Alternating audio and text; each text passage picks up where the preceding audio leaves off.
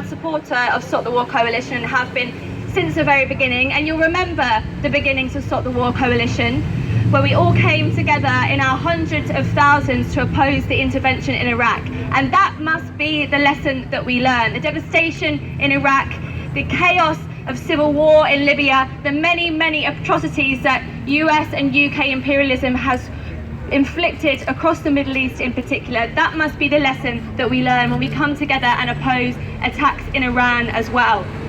And just last week it looked almost inevitable that the US was going to launch an attack on Iran, didn't it?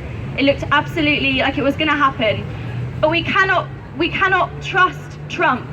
Just look at the way that he's dealt with North Korea. Who knows what's going to happen with the people that he has around him, like John Bolton, with the allies that the US and the UK keeps, with Saudi Arabia and Israel itching to go to war, itching to start this war. So we cannot take anything for granted. And the real threat that we see in terms of a potential war in Iran, it does not reflect the numbers that are here today. We need to build a much bigger movement, a much bigger opposition to this potential war. So please, as Lindsay said, get out into your communities, your workplaces, your schools, colleges and universities. Spread the word. Tell people to get involved and stop the war. Tell people to make sure that the next demonstration that we have, because there is a real threat, we must make sure that it is much, much bigger, much better supported, and people need to be aware of the real threat that is upon us.